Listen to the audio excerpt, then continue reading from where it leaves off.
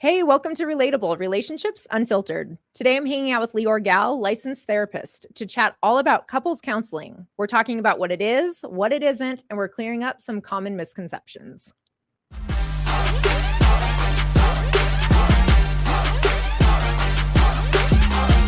This is Relatable, Relationships Unfiltered. Hello, Leeor. Hello. I love your intro. Oh, thank you. Ooh. Thank you so much. So fancy, I know. It is fancy. I was just going to say fancy. And it really gets that energy going when I'm listening to the episode in the car. I'm like, yeah, this is a vibe, the whole thing. You have to have a good theme song. I agree. You have to. So thank you so much for coming to hang out with me today. We are connected through social media and through Nick Thompson. And so we've had some interactions that way. Tell everyone just a little bit about who you are, what you do, and then we'll jump in. Yeah, absolutely. So, hi everyone. I'm Leeor Gal. I'm the group practice owner of the Therapy Gal. Currently, I have 3 therapists working in my practice, which is really, really exciting. We're growing. We do a lot of couples therapy, anxiety, depression, self-esteem, perfectionism, all of that stuff that we all need help with. So I'm very excited to come on here and talk a little bit more about couples therapy. I also am on social media. I mean, I know you said we just kind of connected through there as well, but I'm on social media. I love doing funny mental health content. I'm not serious, and hopefully you guys will see that here. Obviously, unless it's important to be serious, I am serious. But aside from that, I feel like too many things in life are serious, and we need to laugh a little bit. Yes, I agree. And your videos are so funny and so relatable, which is why I am drawn to your content for sure. And relatable from different angles, because your ones from the therapist perspective, I'm always like, yep. And then from the client's perspective too. And so just really normalizing therapy in the work that you're doing. So I appreciate that. Oh, I appreciate that too. And I love that you just talked about from the client perspective, because as therapists, it's so important for us to also be clients and have a therapist and go through that experience ourselves in order to really truly understand what our clients are going through. And so, yeah, I'm glad you said that. Yeah. And I love that that's a lot of what, you're kind of putting out there is from that perspective. And so even, a lot of what I do is talking about my experiences as well, because even as therapists, and I talk about it all the time. And so today, even as we get into couples counseling, I've been in couples counseling, I've been in individual counseling, I've been, in all of it in that way. And to your point, when we have sat on both sides, the couch and the chair, we're able to bring a different perspective. Yeah, absolutely. And I'm excited to hear about your experience with that because Oh, are you? What would you like to know? How does that make you feel? Yes. Yeah. That's the only question we ask, right? I mean, There's no other Absolutely. question. Don't you feel such a dumbass when that does come out of your mouth? Sometimes I say it and I'm like, fuck. I couldn't have come up with something better in this moment. But literally, I will tell my client, I'm so sorry, but I'm going to ask you this one question. And they get so scared and they're like, what are you going to ask me? And I'm like, and how does that make you feel? And they're like, oh my gosh. And I'm like, well, we need to know. That's what we do. We do need to know. The one you did the other day had me cracking up. It was about hanging out with a therapist. And so oh my, I was like, oh my God, that's so me. And people give me shit about that all the time, that, you're basically in it as a human, but then also this therapy side kicks in. So you're say whatever you would say as their friend, but then you're quick to follow up and be like, okay, but are you okay? What are your feelings around that? Yeah. And so a lot of my content is actually based off of my life. Fun fact. And I one time got into big trouble with one of my friends who's actually also a therapist, where I gave her sort of a therapy response or a therapist response. And she was like, please don't do that. I want you to be my friend right now. And I was like, that is so valid. But also it's so hard sometimes to just take that hat off and just to be like, oh my God, yeah, that sucks. Or that's fucked up. And you won't, you might say, I do say that to my clients as well. As do I. I don't necessarily give I don't tell them what to do. Whereas with friends, you can just be like, break up with him. You Yeah. can't as a therapist be like, break up with him. I mean, you Right. can, but it's like, Not ideal. It's not frowned encouraged. upon. Yeah, not encouraged. Yeah. So So yeah. let's talk about from a couples counseling perspective. Yeah. What is couples counseling like when you even so I work with couples, but a majority of my clients are individuals who are there for relationship work. And Yes. so a lot of times I am referring out for couples counseling, whether it's that I'm working with somebody who's married or in a dating relationship. What are some of the things that come up when you're working with like an individual client where you're like, hey, you might want to consider looking into this other option as well? Yeah. It's not easy. It's really not easy. I feel like when I'm working with an individual, for example, like you just mentioned, and as the individual's therapist, I cannot work with them as a couple. I can bring, you can bring your partner in for up to 3 sessions, and that's fine. We can work on some things, but I'm not the couples therapist. I'm the individual's therapist. Right. And so typically, if I'm recommending couples therapy, it is to my individual client. Right. And so in their heads, they're like, I'm doing all this work. My partner's not listening to me. I got to get them in. Meanwhile, the partner is like doing whatever they, they're maybe not in therapy, maybe they are, and they are scared or they're weary, or a lot of times I hear like, from my best friend, I heard that the couples therapist took XYZ side and Mhm. they just ambushed me the entire session. Yeah. And so when we hear all these like scary stories of couples therapy, we don't want to go to couples therapy, right? If I told you that, oh my gosh, this restaurant is disgusting and it's bad and it's the service is terrible, you'd be like, I'm not going to go to that restaurant. That's the Yeah. same with couples therapy. I completely agree. And that comes up so much. And even sometimes when you do recommend it, and that's been their experience. And they're Mhm. like, I'm not doing that again. The last time. And when I hear like the stories of like, no, because they just try to convince us to do this the whole time, or they just try to, convince us, they told us it's never going to work, or, some of the horror Mhm. stories of the things you hear the couples counselors say that you're like, well, no shit. Like, why would you want to go back to that? Yeah. So I agree with that. I think that, when I'm working with an individual and kind of to your point, like maybe something is on loop in their relationship. So they're doing as much work as they can. They're working on their self-regulation. They're working on their trauma. They've identified, what's leading to those relational triggers, but the cycle keeps continuing. That's usually when I'm kind of like, okay, we might need to bring in somebody else to sit with you on that. Right, because there's only so much that the individual can do in a Yes. couple, in a unit, in a systemic unit. And so that is definitely it, and I'm sure you can relate to this because it'll get to a point where you're doing all the work with your client that you just stop. You can't do any more work because the work needs to happen within the relationship. It needs to be two people. Yeah. Even if one person is the one that's, maybe if it was like infidelity or I don't know, some sort of communication issues, it's not always only on the one person. There's two people in a relationship. And so it's a lot of work. I mean, couples therapy is a lot of work because it's a lot of emotional and mental, and I mean, therapy in general is that. Yeah. But it's doing it together, which if Mhm. you're in couples therapy, unless you're doing like a premarital, like sent by the, I don't know, by the church or something, Sure. like you probably are there because things are not going so great. And Yeah. so doing it together is like so much harder than just doing it on your own.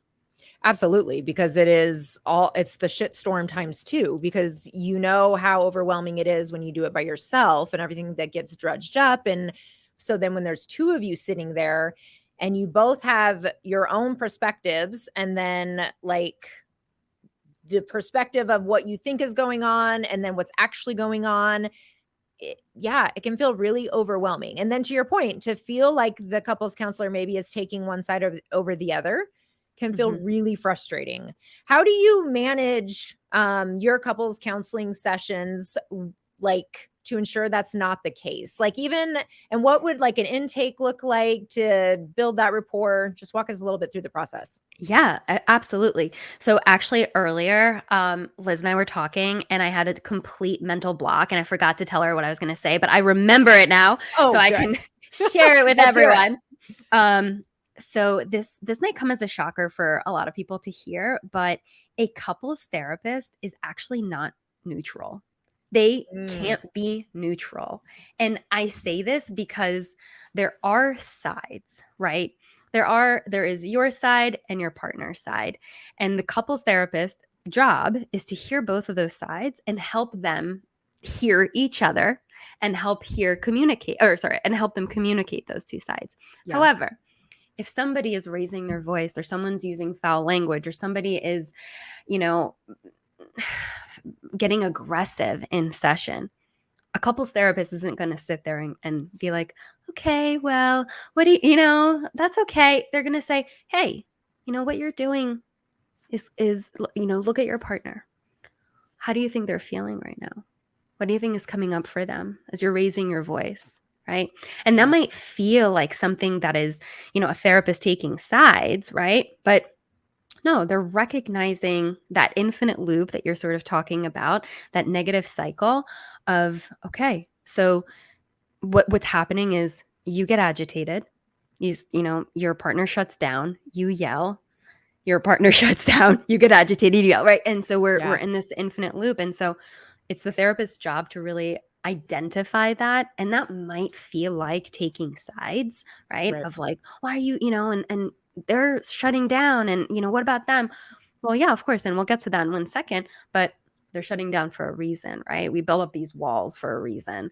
So I hope that answers your question, but Yeah.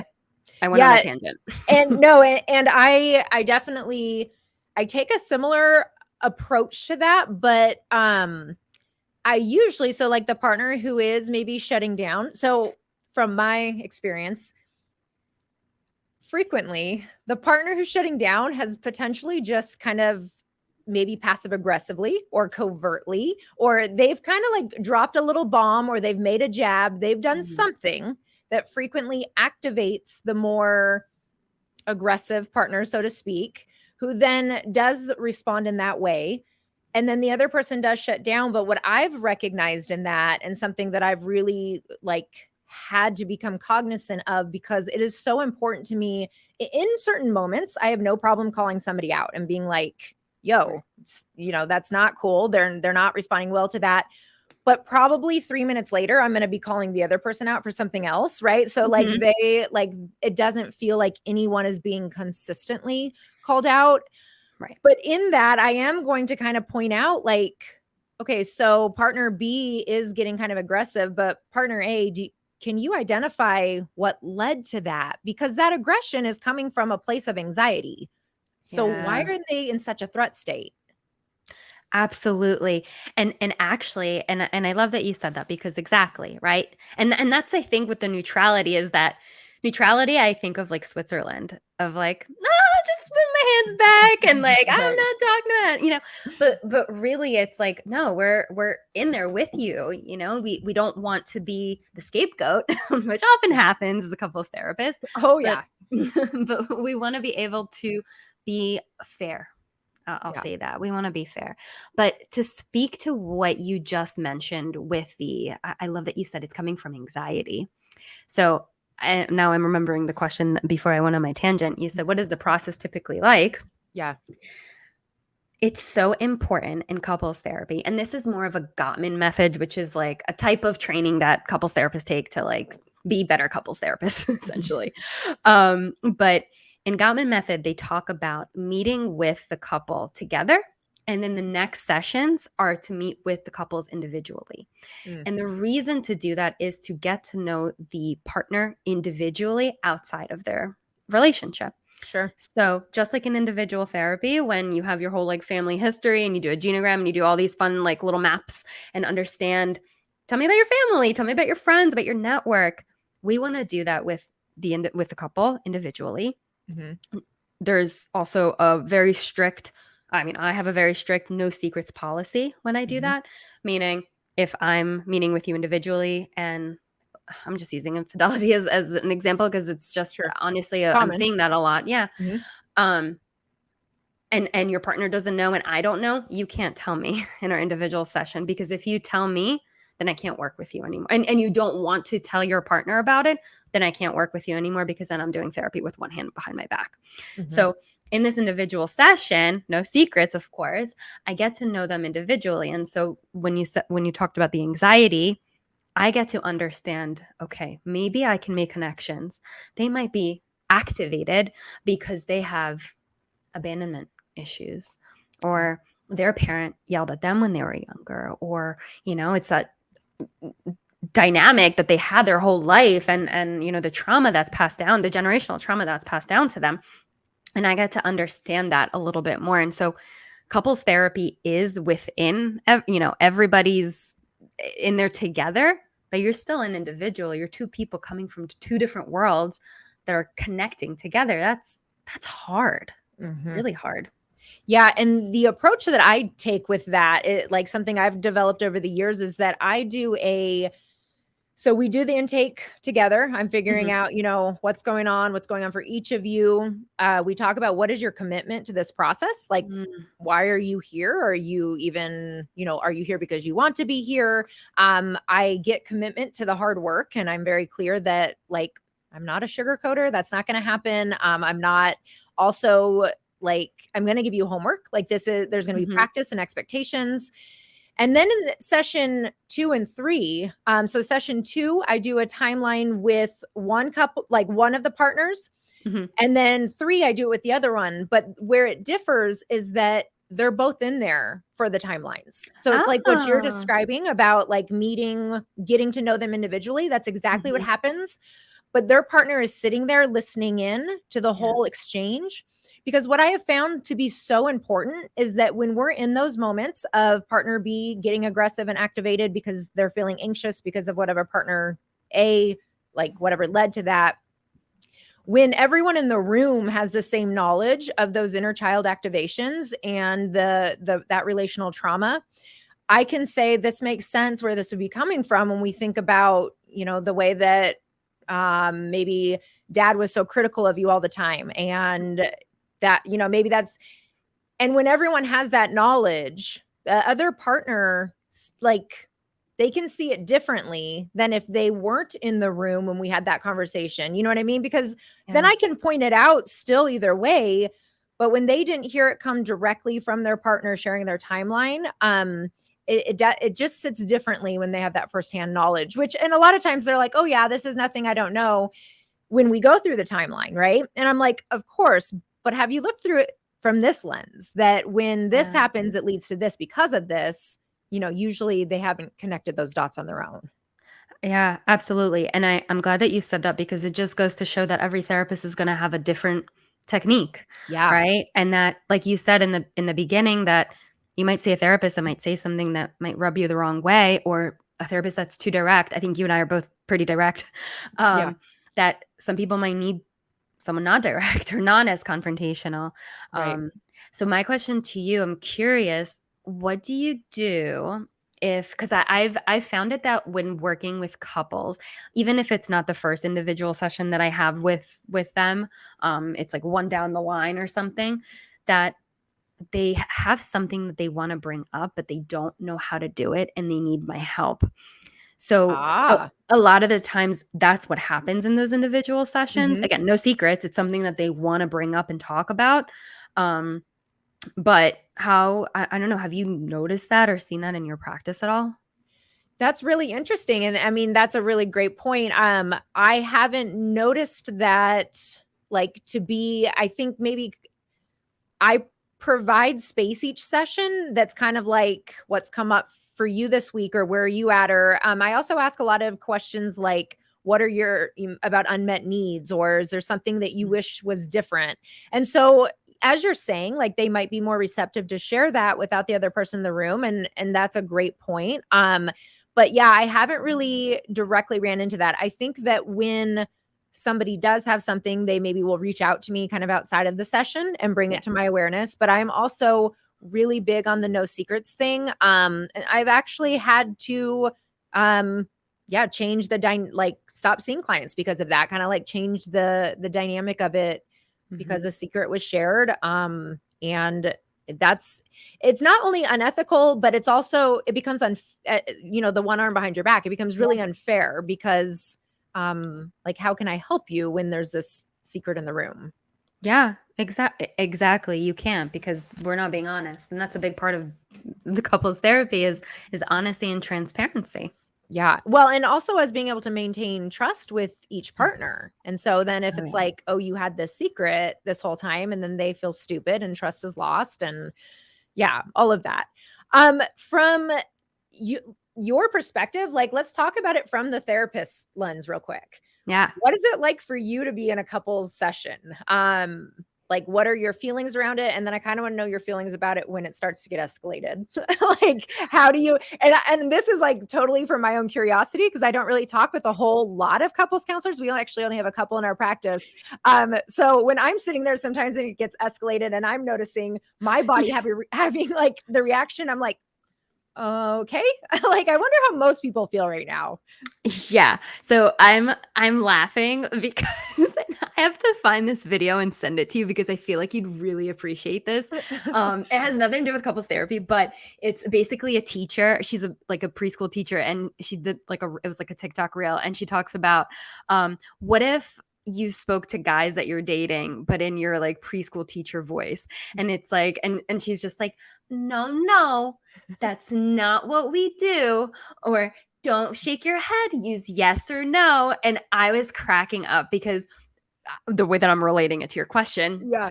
is, in that moment, I also feel like, oh my goodness, like I'm so scared, but not scared, but like, oh my gosh, like I don't want this to get Uncomfortable. escalated. Yeah, Yeah. uncomfortable. But the way that I respond is like that, is I'm like, that's not how we talk to each other. That's not No, nice. no, Inside no. voices. Yeah. Yeah. And that typically, actually, that de-escalates the situation, because it's just so opposite of what's going on that it's Yeah. like, wait, what? Because sometimes people just need to, be spoken to in a calm way. Yeah. And you don't meet anger with anger, although I meet anger with anger on the street, like, for sure. If someone's cutting me off, I'm gonna meet them with anger. You're not a therapist in that moment, so that's different. Exactly. In that moment, I have to actually do as I say. So, Yeah. so yeah, in that moment, yeah, I feel really uncomfortable, because it's, first of all, it's not fun to see people fighting, right? It's really sad, because you want to help them, but also you want to be able to be there to de-escalate the situation. And Yeah. I mean, I don't know, are you fully virtual, or are you in person as well? No, I do both. Yeah. You do And both. couples, I guess I have some virtual couples. I was going to say most of them I do in person. It's hard to do. I prefer in person in general, but like all of my coaching clients I do virtually. But Mhm. it's harder to, like, couples are pretty difficult, I think, to do virtually, especially because there tends to be the talking over, but then times 3. And so like Yeah. that can get hard. And then when it's like glitchy and stuff like that. But yeah, but I do think it also is easier to de-escalate when you're in person, like the Mhm. energy. What are you, mostly virtual or in person? Yeah, so I'm fully virtual, Okay. but I've seen couples obviously in person before, Yeah. before the pandemic. No, also in the middle too of the pandemic, but not in a while. Now I'm like mostly virtual. But Okay. yeah, it's definitely it's different. There is definitely a shift. I have noticed though, so when we de-escalate, we want to also connect in a way. Yeah. And so it's so much easier to connect in person than it is virtually. And sometimes if I'm working with couples and it's like, I work with people that are professionals and high professionals, and they're at work, or they have to join couples therapy from different locations. It's not ideal, right? It's Yeah. not ideal. But when we have that, we lose that sense of connection. And so Right. that's just something that I was curious about with you, because I do believe that it can be done virtually 100%. It's just a little bit different. Yeah, no, I agree. And yeah, that de-escalation, because it's important, especially for me as a escalator, I guess, in my own conflict. Like when I'm Mhm. in a something I've been working very hard on, I'm doing much better with, but like my dysregulation in my relational dynamics, I know when I'm feeling really triggered or Mhm. scared, like I'm just a louder person. So I'm animated, demonstrative, like there's just a lot of energy that comes out of me. And so like I can also relate to that when I see that it doesn't. So while of course it makes us uncomfortable, watching two people yell at each other is going to make anyone uncomfortable. So that was kind of first and foremost I wanted to bring awareness to that. Like we are still humans as therapists. So like there is still like as we're sitting there. But I think for me, like I have so much empathy when I'm watching that happen because like I know what that feels like. And I know that when I'm in that escalated state, it's because I'm feeling like so out of control. Like just hear me, see me, hear what I'm saying. And so I find that to be a really effective form of de-escalating it, is that they're often just looking to be validated when they're feeling that dysregulated. And they're clearly not getting that from the partner next to them because the partner next to them is scared because they're getting yelled at.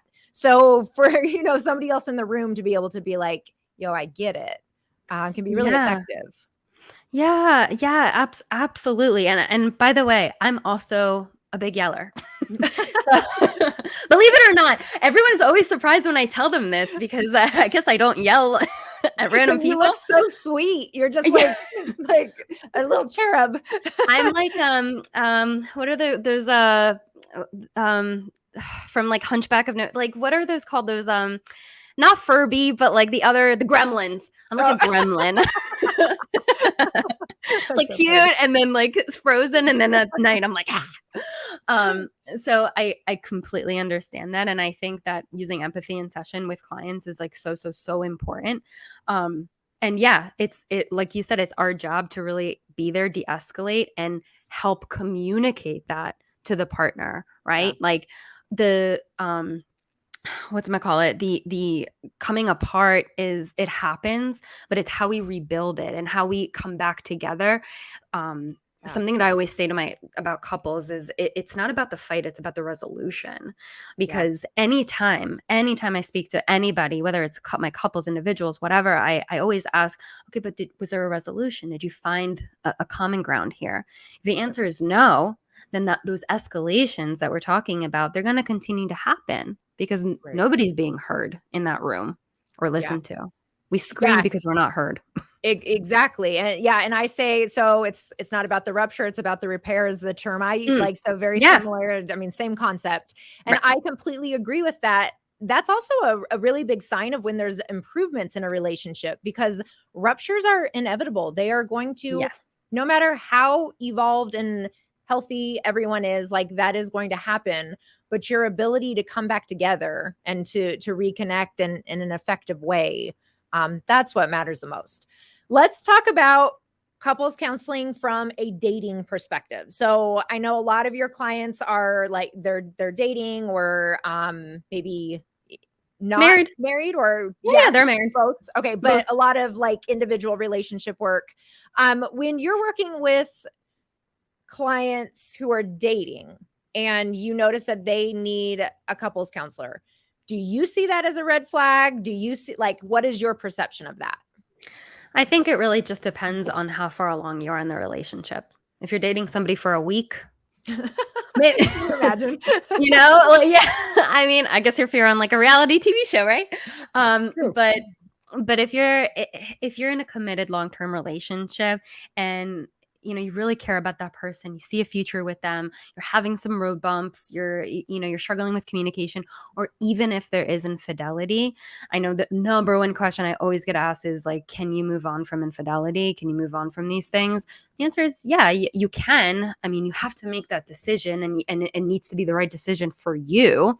But as long as you're committed to the relationship, couples therapy is a good place to go to, no matter where you are. I mean, whether you're married or dating, again, there's a certain amount of time dating for sure, not a week, but I definitely think that it can be useful for many people. Yeah. And I that's a misconception that I would want to clear up, that you don't have to be married, especially in this day and age. Like, I know for myself, I have no plan to ever get remarried again. And so and I'm relatively young, so I hope that I will have a long-term relationship, but I'm not going to get married. But if I'm with my partner, my committed partner, then of course couples counseling makes sense. So I think taking that idea out of it, like you don't have to be married. But I like what you're saying, because if the relationship really is, and like people are going to ask us, well, how long? Well, there's no how long. But if it's Yeah. a fresh relationship, then that's probably something to be aware of. Like if you're already being very combative, or you're noticing compatibility issues right out the gate, Yeah. okay, we might just want to kind of like move on from that. But even if you're only a couple months in, I would say, and you're like, no, I really could see a future with this person, but maybe our spending habits are different, or the way we do communicate is different. These things that can be addressed, like that's not a red flag. Like go address it.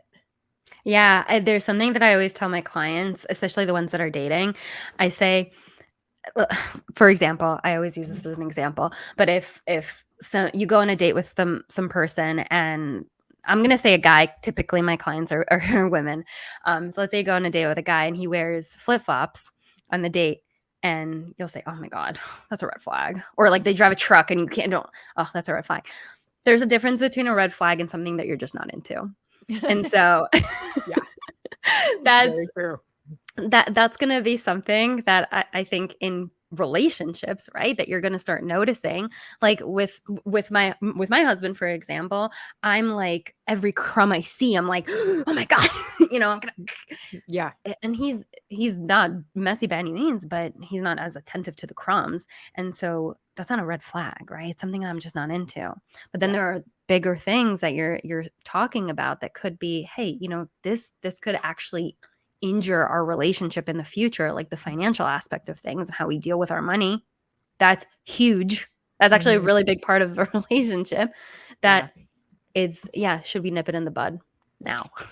Do you see that as a red flag, so to speak, if you have differences in finances? I'm thinking about a client I was just working with last week, and I work with the male.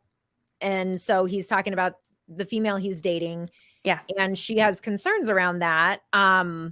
But my conversation with him was like, well, I imagine these are things you're willing to change. Like, I don't know. I've worked with him for years, and I'm like, Mhm. you're not one to be like, well, too bad, suck it up. But the conversation was kind of like, first of all, the relationship is a bit newer. And then also like the fear of, well, I don't want to change and do it differently, because then she just thinks I'm doing it for her. And it's like, that's kind of part of compromise in a relationship, is that like you're doing it for them. Yeah. So like, what, that was a lot of words, but like, what are your thoughts around the financial? Like, do you think that's a red flag if there's incompatibility there?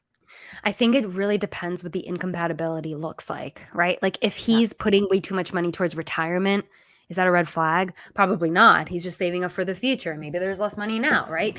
It Right. it really is he spending a lot of money on like this big habit that he has, like he's collecting, I don't know, records or something. Like it really depends, I think, what it's about. And overall, I mean, it's tough to say because I really think it depends, and also depends how early on you are in the relationship to have a say over someone's finances or financial decisions. Sure. Sure. I agree. And I think that if the habits just look different, then let's have a conversation around that. And that goes with anything. Yeah. That goes with housework. That goes with how you spend your Friday nights. That goes with like really anything in a relationship. There can be collaboration on, if you're willing to have those conversations, and if each person is willing to collaborate. That's kind of my view on the red flags. Like, first of all, we all have red flags. I have Yeah. plenty to go around. So Oh, yeah. like that is not the issue, but do we have awareness around it? Are we willing to change? Are we working to change? And I think that goes for anything. Yeah. Am I willing Maybe to not hear you anything. out? There's some universal ones, but sorry, go on. Well, everything's nuanced, right? We never say never, never say all, like, Yeah. but we know what you mean. Um, but yeah, no, I agree. I think it just depends, and everybody has a red flag. It's about being heard. And Yeah. all couples therapy, we keep coming back to this because all it has to do is being heard and validated. Yeah. You, you might not want to change what you're doing, but at least listening to your partner, hearing them out, letting them know that you're there, you hear them, maybe you'll give it a try, is better than steamrolling them, for example. Sure. Do you believe though, like that the action part of that, because I think that that is a great foundation as the validation piece, the reflection, that's a big part of what I teach my clients at RVE. So we reflect, we validate, and we explore. That's like foundational of what we set when we start working together. But we also know communication skills are really the tip of the iceberg when it comes to couples counseling or relationships in general. So I think that the feeling seen and heard is important, but then what I see happen is then now you're faced with action. So you're faced with making the change. So making the spending change or making the cleaning change. How do you handle that when whether you're working with the individual person or in a couple setting, but when that action is not happening? And I want to address it from both sides. So let's address it from when the person is not taking action and then the partner of the person not taking action. Okay. So let me not confuse you. Let's start first with when you're working with the client who's not taking action. So we've identified what needs to change and nothing's changing. Am I working with a couple in the scenario or an individual? I don't care. Either way. Oh, you want me to give you an answer? Okay. You're working with the couple. Okay. I think I would be more inquisitive, number one, about the reluctance to change and what it means for them to change and what the barriers are to change. Because a lot of the times, honestly, nobody wants to be told what to do. And that's why people don't change. Don't tell me what to do, right? Like I literally have a shirt that says, "Don't tell me what to do," because it's so relatable.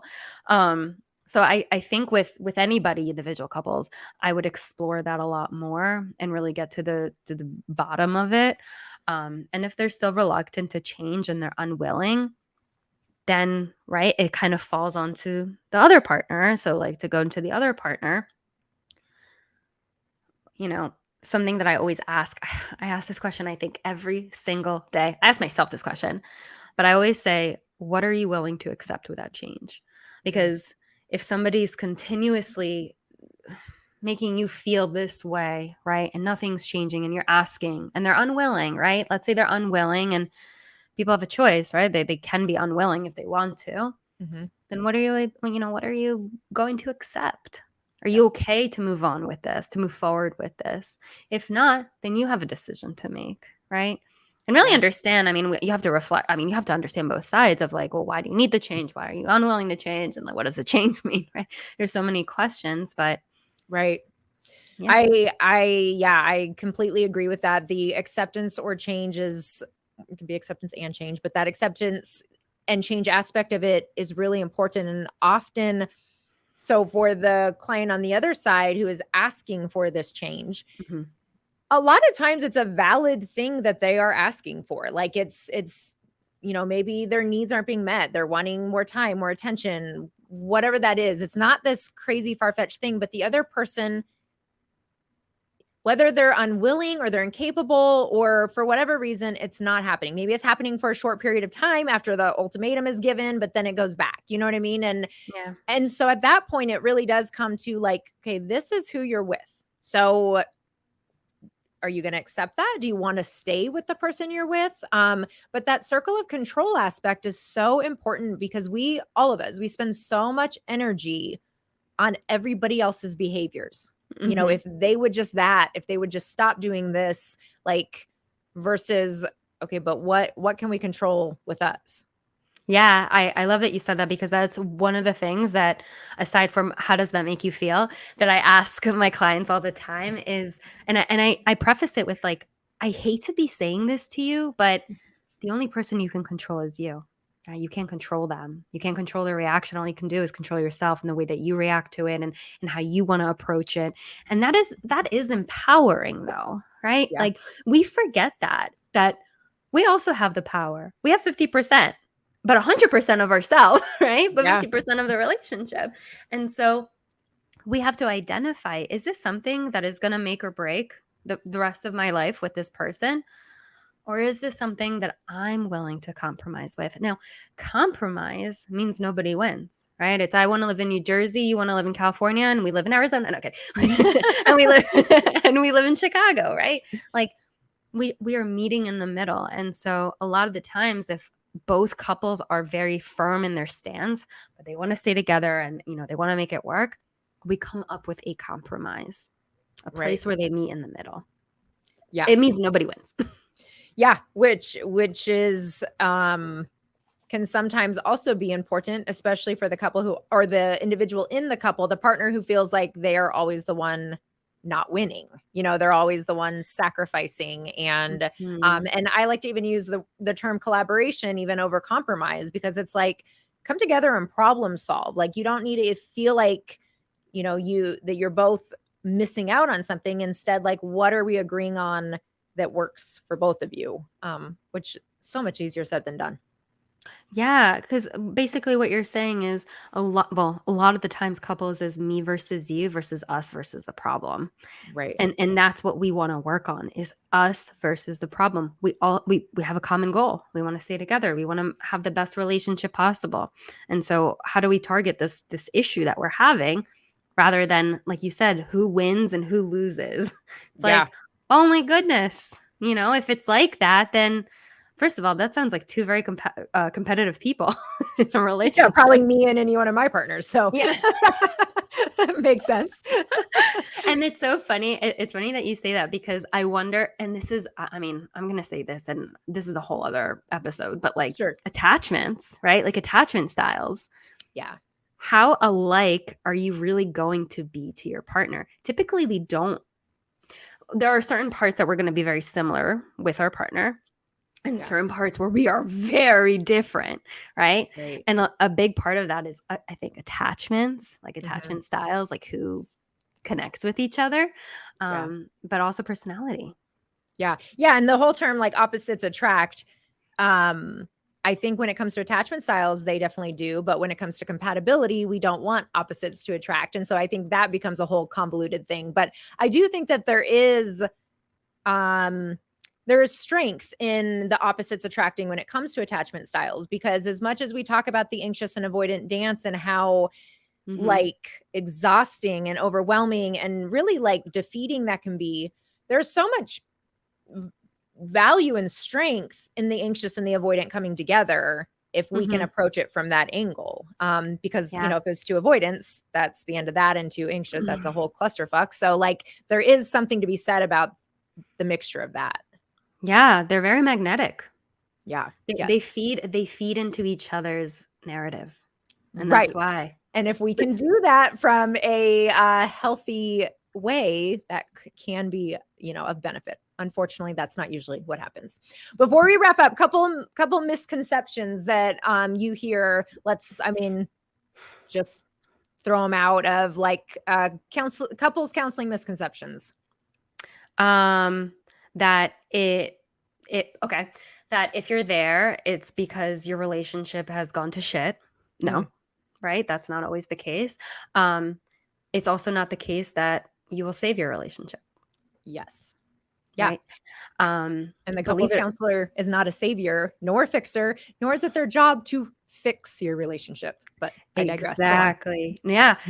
This is maybe not so much of maybe a misconception, but more so, and this might be shocking, and I don't know how you feel about this, but in the couples therapy world, from my East Coast training, maybe it's different, is there have been instances where a couples therapist will tell you that they don't think you should be in a relationship anymore. Yeah, I've said it before. Yeah. Cool. Yeah. Especially if it is like the cycle is over and over and over, and it's really damaging to both of their mental health. I won't necessarily say it just like point blank, like I don't think you should be together, but I will say it might be worth you guys considering other options based on the impact this is having on both of your mental health. Right. Exactly. Because like you said, it's not our job to fix or to, it's not all on us. 20% of the work happens in therapy, and it's your 20%. Not ours. Right. All right, Leeor. Well, tell everyone where you can be found, where you are on social media. Let's hear about all that. Yeah, so you can find me on The Therapy Gal. I have underscores, unfortunately, for my Instagram handle. So the underscore therapy underscore gal, or my website, thetherapygal.com. I'm also on TikTok as The Therapy Gal, no underscores, and and YouTube, but I'm not really on YouTube anymore, so it's become too much. But yeah, that's where you can You're find me. not on YouTube at all, or do you have your podcast or? So the podcast is on hold. Maggie, my co-podcaster, just had her baby. So Oh, okay. obviously she is very, very busy. Yes. So it is currently on hold, but hopefully in the future it will come back. Okay. Gotcha. Well, thank you so much for hanging out, and thank you Thank for you. all of your insights today. I really appreciate it. Yeah, thank you for having me. Absolutely. Thanks again, Leeor, for joining me and providing us with a better understanding of couples counseling. And thank you all for hanging out on Relatable Relationships Unfiltered. Make sure to subscribe to our YouTube channel, sign up for my newsletter, and find me on Instagram at Dr. Elizabeth Fedrick.